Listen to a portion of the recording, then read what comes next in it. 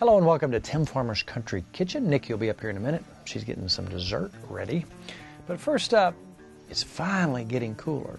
Today barely broke 70 degrees. What does that mean? Well, our smoker that we built not too long ago. Now that's not to cook big pieces of meat, it's to season things. It's to smoke things. It's more of a cold smoker. I don't want my temperature in there getting up very high. Now I could, if I wanted to, build that fire in the back a little hotter and cook something low in there. But mainly, that's for curing meat, for smoking meat. The one reason I built this particular smoker is the fact that I love smoked cheese.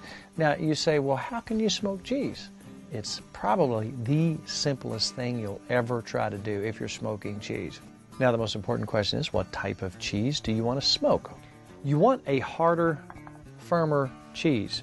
Now, when you think about the stuff you buy in the store that's smoked, probably one of the most common cheeses that you find smoked is Gouda cheese. So we have got some Gouda cheese, but I'm also going to take some Swiss cheese. Now that is not your hardest cheese, but we've also got two cheddars here, a sharp cheddar and a regular cheddar cheese here. Now, these cheese melt at about 100 degrees, maybe a little bit less than that. So we are going to strive not to get our temperature very high. That's why fall is the best time for me when I want to think about cold smoking stuff and doing sides of bacon and hams and so on and so forth. When you get some smoke rolling in the old smokehouse, there's nothing like it. And you think, how long does it take to smoke cheese? You would think hours and hours and days and days. The good part is you really only need to roll smoke over that cheese for about an hour, maybe 2 hours at the most. You don't have to permeate that cheese all the way through. The flavor is on the outside. When you cut through that cheese, every slice, you'll have smoke flavor just from the outside. We're going to try to keep our temperature around 80 degrees. We don't need to go much higher than that at all. And the colder it is outside, the better. That's the great thing about a smoker like this. So when this smokehouse was built, John manufactured that accordingly. He put the firebox away from the smokehouse enough that those temperatures could stay back. Now today, it's barely broken 70 degrees. It's going to get cooler here in a little while. We're going to build that fire all the way back at this end. And we're going to let that smoke draw up across that cheese. We're going to let it go for an hour and a half at the most. And we have smoked cheese. Now again, we don't want the temperatures to get too high. We're going to have melted cheese, which is good, but that's not what we're going for here. So normally, I like hickory on everything when it comes to meat. When it comes to cheese, I really, really like apple. That's just my preference. That's what we've got today. We're soaking our apple wood as we speak. Now, with this particular smokehouse, we are going to pull a lot of smoke across. You might have a little discoloration, but you're not going to expect this cheese to come out brown. It's just not going to happen. So I'm about done talking. Now it's time for action. We're going to have some smoked cheese, hopefully in about an hour, hour and a half.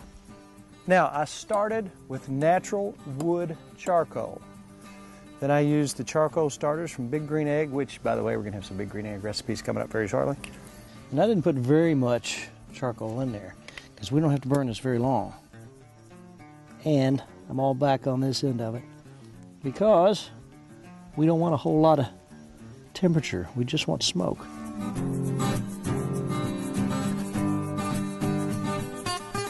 I had my apple wood soaking in water. Again, I like apple wood for cheese.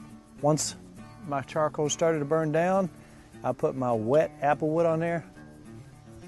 All right, let's see if we're drawing smoke. Oh, what is that? Where there's smoke, there must be cheese.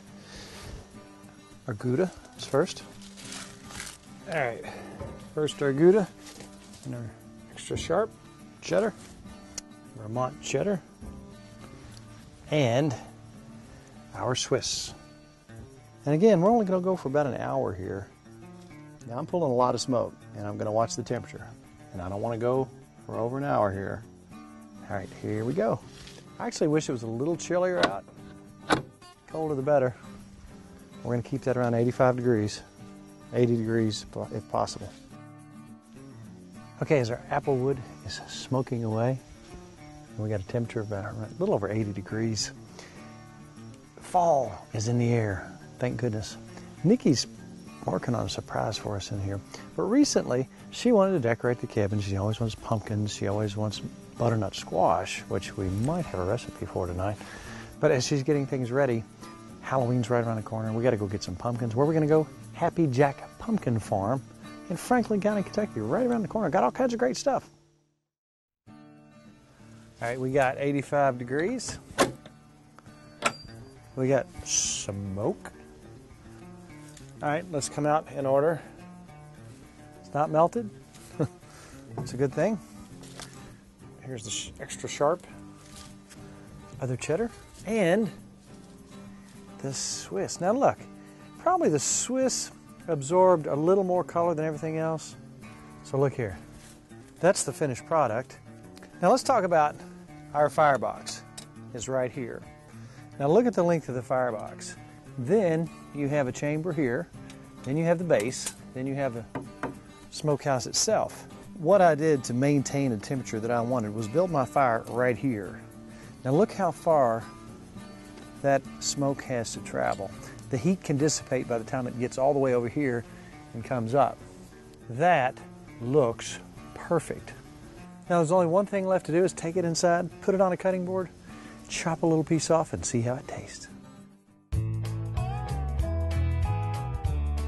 So Mrs. Farmer, do you come here often? Only when you're here cooking.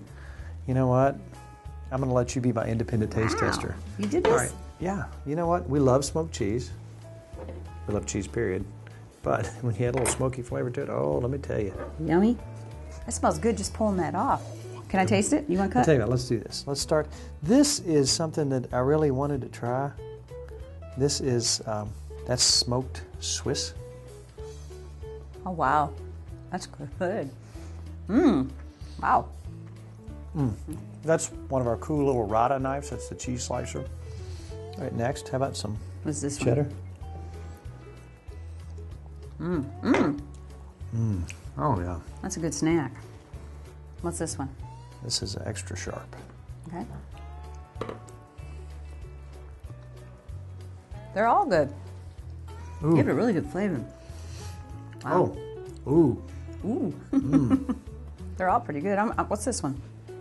That's our Gouda. All right. I'm going to pull that off of there. That's good too. I think the Swiss is my favorite because I've never tasted smoked Swiss cheese. I got to tell you, they're all delicious. Yeah, they are. That is special. That's special. This is wonderful. This is wonderful. But these two are special. But now, I mean, this is on our snack tray. Yeah. This will last us at least 2-3 days. Or an hour you if I don't hide it. All right, let's set that out of the way. And let's talk about, we went and got our squash. Now, last year we made pumpkin soup. That was delicious. It was good. This year, we're going to take our butternut squash and make Butternut squash soup? That's what I'm talking about. Okay. It's very good stuff. Let's get this out of the way. When we come back, it's soup time. Yay.